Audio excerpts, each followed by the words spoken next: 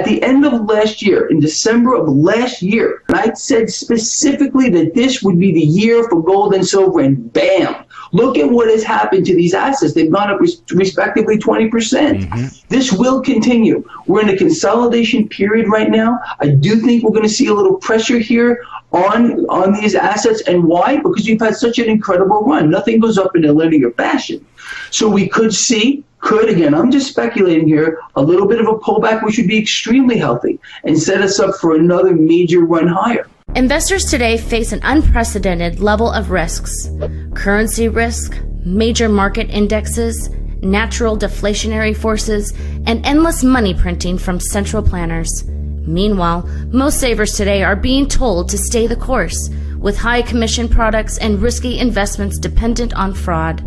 There is another way forward with peace of mind investing, a financial strategy with 4 key principles: safety, income, currency risk, and finding cash-gushing value investments. Learn more about these financial strategies at fmtadvisory.com/income. Hello, everyone, and welcome into CrushTheStreet.com. I got a returning guest today, Gregory Mannarino of TradersChoice.net. Now, the last time we talked, markets were melting down. Oil was at $26, and he's pointed out that there are major central banks have created major distortions, massive distortions in the environment. He's a technical trader with a great handle on the economy, and in 2015 he actually called the market top. He offers a premium service at his site, and it's the best price. It's all free. So Gregory Mannarino, he's a great guy. Thanks so much for joining me today. It's great to be here. Thank you for having me back. Greg, you know, as I said, the last time we talked, the markets looked a bit different, and I want to get your take on what we are seeing here, and do you believe it? Do you believe this rally that we are seeing here in March 2016? Do I believe it? Well, I'm trying to capitalize on it. I did tell people actually on the 10th of this month that we would see exactly what we're seeing now. If people are interested in having a look at a chart that I had made with regard to what is occurring right now in the market, it's on my website, TradersChoice.net. I put it up there on the 10th of this month. I told everyone that we could expect this market to do exactly what it is doing right now. And do I believe it will last? No. I think we're getting very close to a top here. And what does that mean? Well, we should be getting ready, if you're a trader, to short this. We need to take advantage of the, I don't know another way to put this, of the grand fakery that is occurring right now. The Federal Reserve, we just heard from them last week with their incredibly dovish comments here, cutting their rate forecast schedule from 4 to 2 hikes this year, despite the fact that they're talking out of both sides of their mouth, saying, oh, the economy is doing well, we're almost at full employment, but the economy is obviously not strong enough for another supposed quarter of a point rate hike, which never happened. I mean, I tell people, you know, the Federal Reserve announced they were going to raise rates last year. It never happened. And where's the proof of that? Just look at the bond yields. The market's not buying it. The Federal Reserve is still creating an environment of risk here. There is politics playing directly into this. We've seen this before in every single election cycle in recent history and far back history, where the party in power colludes more directly with the Federal Reserve to try to prop up the markets. And that's all it's what is occurring right now. And going back to why this market has rallied here, let's look at crude oil, which you had brought up. I had been saying for the longest time on other interviews, and I've been trying to broadcast this on my own show, that, you know, crude oil is a currency. They would not allow it to fall any lower. There is too much leverage against it. So what did they do? They're starting to swirl around the prospect that there might be some kind of a freeze here. We know there's no increase in demand. So, what has happened here? We've seen crude oil bounce higher. It's pulled the markets with it. Look, the bottom line is this. These distortions that you spoke about earlier will correct to fair market value no matter what they try to do. The world's central banks colluding with their respective governments or vice versa. I mean, this is the way it is. So we can expect a massive reset at one particular time. When is that going to be? Who knows? When the market wakes up to this entire Ponzi scheme, debt-based economic model that is not working anymore, and all world central banks are doing is propping it up. And there's going to be I can't stress this enough, a terrible price to pay for this for people that are on the wrong side of it. So in 2015, we saw oil go down to 40 and then spike back up to 60, the $60 range. I'm kind of using round numbers here. And right now, we saw, in the recent history, we saw oil go down to around 26 and then now up to 40. Do you think that we could see oil continue to go below its last low? And, you already alluded to this. Higher crude oil prices seems to be a must for the stock market. Mm-hmm. Absolutely. Well, I do think that it is more than possible that we will see crude oil pull back again. Where will it go down to? I'm not really sure. Again, because we have to understand, when we're looking at any asset class at this point, I don't care what you want to look at, whether it's a debt, whether it's housing, whether it's precious metals, whether it's the stock market, nothing is real. I cannot stress this enough, and I want to put a perspective on that for people that maybe don't understand how the entire system works. What people are focused on is what the stock market is doing. They don't think about anything else. They don't think about the fact that we are in the greatest debt expansion cycle the world has ever seen, being fostered by runaway central banks, again, colluding with their respective governments to suppress interest rates. If interest rates are not real, and they're not real because, again, of this interest rate suppression cycle, no other asset class, and I mean none, has a real price discovery mechanism behind it.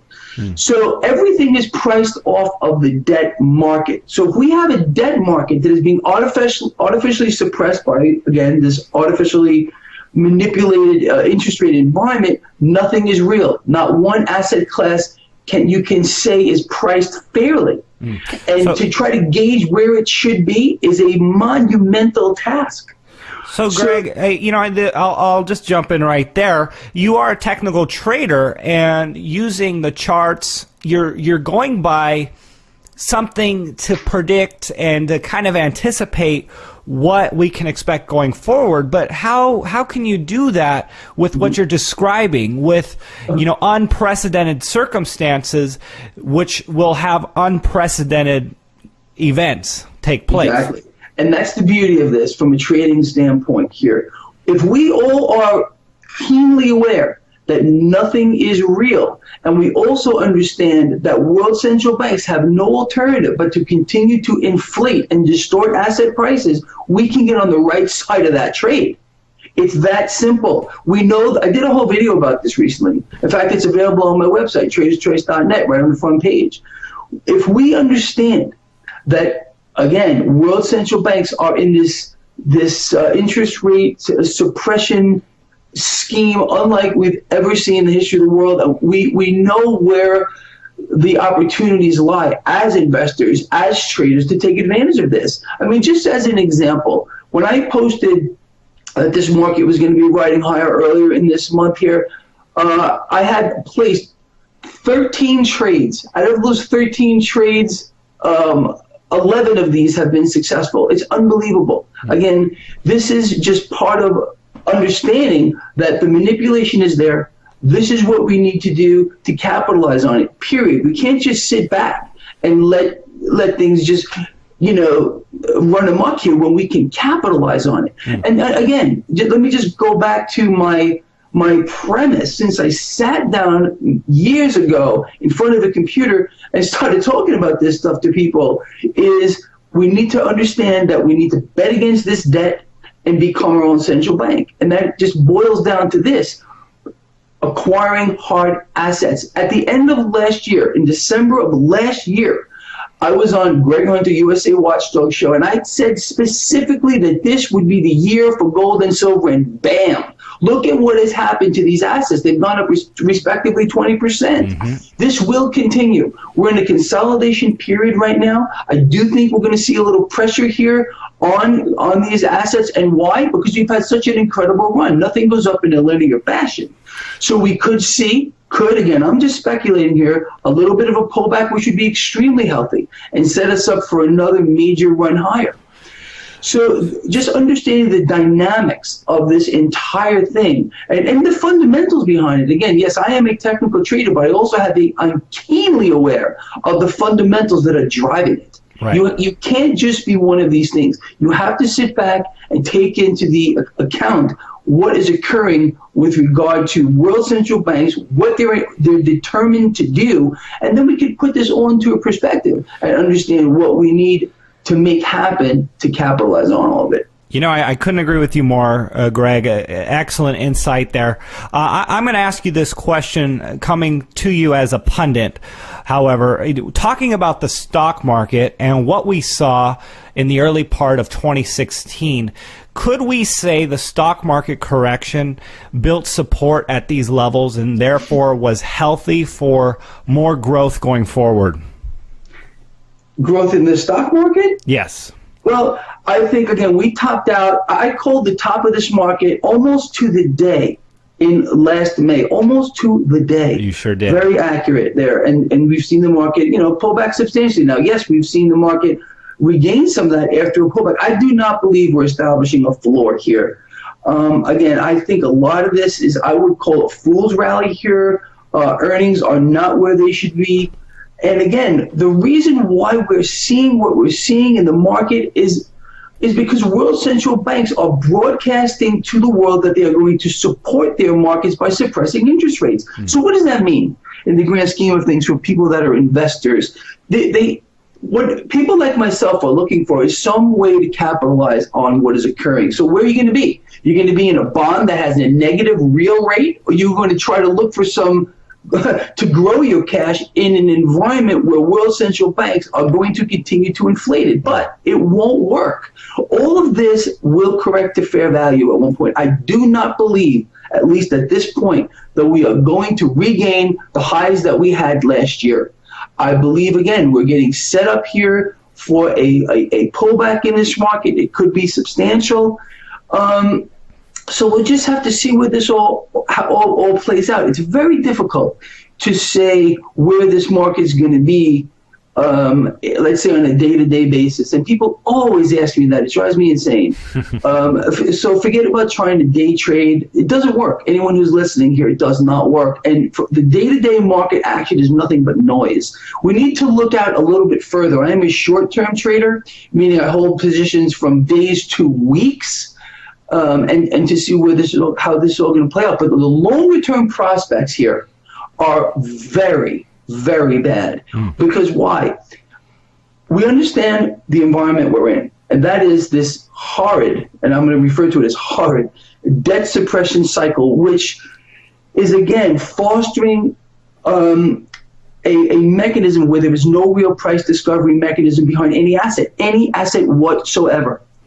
So what we can expect will happen is this will correct the fair market value. Now, what we need to do is just understand, again, from a long-term prospect, what that means. And frankly, that means the debt can never be paid back. We know this. It's an asset that is worthless. And the world central banks are proving that by, again, going negative interest rates, continuing to suppress it.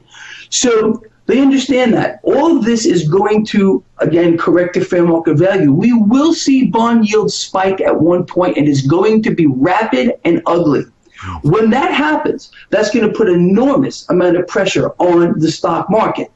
You are going to see both of these assets sell off rapidly. Cash is simply going to look for somewhere to go. and it's going to go into hard assets, in my opinion, because again, it's just going to seek a place to go that is undervalued. So we understand that world central banks continue to foster an environment of risk via their interest rate suppression. So what's happening is we're seeing bond yields remain really low. We're seeing the stock market go higher. But once this risk on trade becomes a risk off trade, because this is going to happen. We've seen this over and over and over again. We're just going to simply see a movement of cash from these risk on assets to risk off assets. And in my opinion, nothing is more undervalued right now than precious metals. And if I want to go one step further, I will say that it is silver, which I've been saying for years now, is the most undervalued asset in the history of the world. Wow. Let's jump right over to silver then.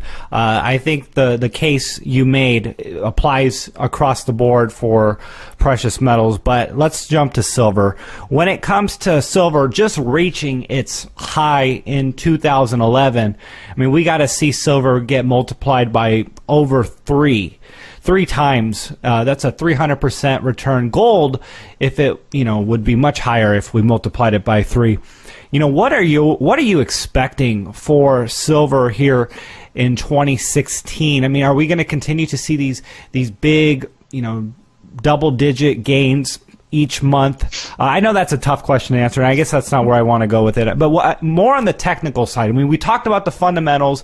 What did you see in December that on the charts and from the technical perspective that is making you bullish for silver? Well, I've been bullish. Even when silver was at its high, I was still bullish there. I thought it was undervalued then, and I know it's undervalued now. Let's look at the ratio of gold to silver right now. It's somewhere around 80 to 1. It's incredible. So what does that tell us? The potential for gains holding physical silver right now are staggering, absolutely staggering. Let me say this with regard to longer term prospects with regard to precious metals. And I outline this in my absolutely free 197-page ebook, Ultimate Guide to Money in the Markets, which is available on my website, traderschoice.net, is this. I believe that we will see gold at twice the Dow at one particular time. I believe we are going to see Dow 6,000 at one point. So that'll put a perspective on where I believe gold will be at one point. And we can see, and so again, look at what that means for silver. 500, 600, 700, these are potential gains. Even if it goes 1 times the Dow or equals the Dow, gold equals the Dow. Again, think about the gains that we will see. And understand why we're going to have this. Again, we are existing in an environment of complete non-reality. Everything is being distorted so badly that it's very difficult for any person to get their head around it, anyone. And I talk to people about this, as you can imagine, all the time. And even myself, I try to sit here and ponder it. So I always look at things from a worst case scenario. That's what you have to do. You always have to be prepared for things from a worst case scenario. So in a worst case scenario, let me just say we will see gold at twice the Dow. So you can imagine what that means for silver, because I think we're going to see a silver to gold ratio possibly 10 to 1 at one particular time. So again, the gains are going to be staggering, absolutely, in a worst case scenario, but not a worst case scenario. All of this will correct the fair market value. These bonds, the debt is no good. The collateral is no good. It can never be paid back no matter what they do. World central banks are involved again in this interest rate suppression scheme unlike we've ever seen in the history of the world. We've never seen this to this degree. Gregory, how does this trickle down to people who aren't interested in investments, people who don't care about the economy? How does it trickle down to the average person who is going to be dealing with it in their daily living? Very simple. And we're seeing this already. We've been seeing it for quite a long time. And I really hope people understand where this is going. And I've been saying this also for years. We are going to a feudal system, a two-tier society of the haves and the have-nots. If you're a member of the middle class right now, you're in a huge amount of trouble, huge, with no possible way out of it. So what people need to understand is I think at this time they can choose where they want to be. You want to be in the upper part of this or the lower tier.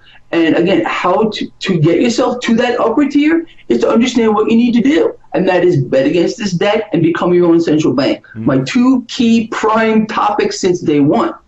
So don't hold any more banknotes than you need to. Again, the bills that are in our pockets, they're not even ours. They are owned by the respective central bank and owed back to them, plus interest that they print out of thin air.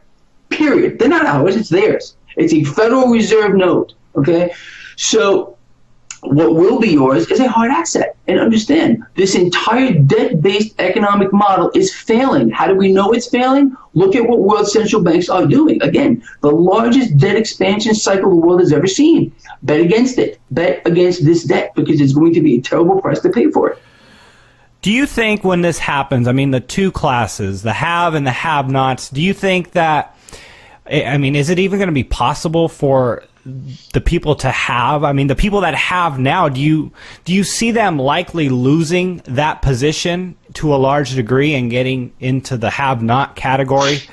Some will, but I can tell you this, and we know this to be a fact as well. The richest people on earth, the richest corporations, even central banks are hoarding precious metals right now. Why are they doing that? Why are they doing that? Why are countries hoarding it? Why are governments hoarding it? Because they understand where this is going.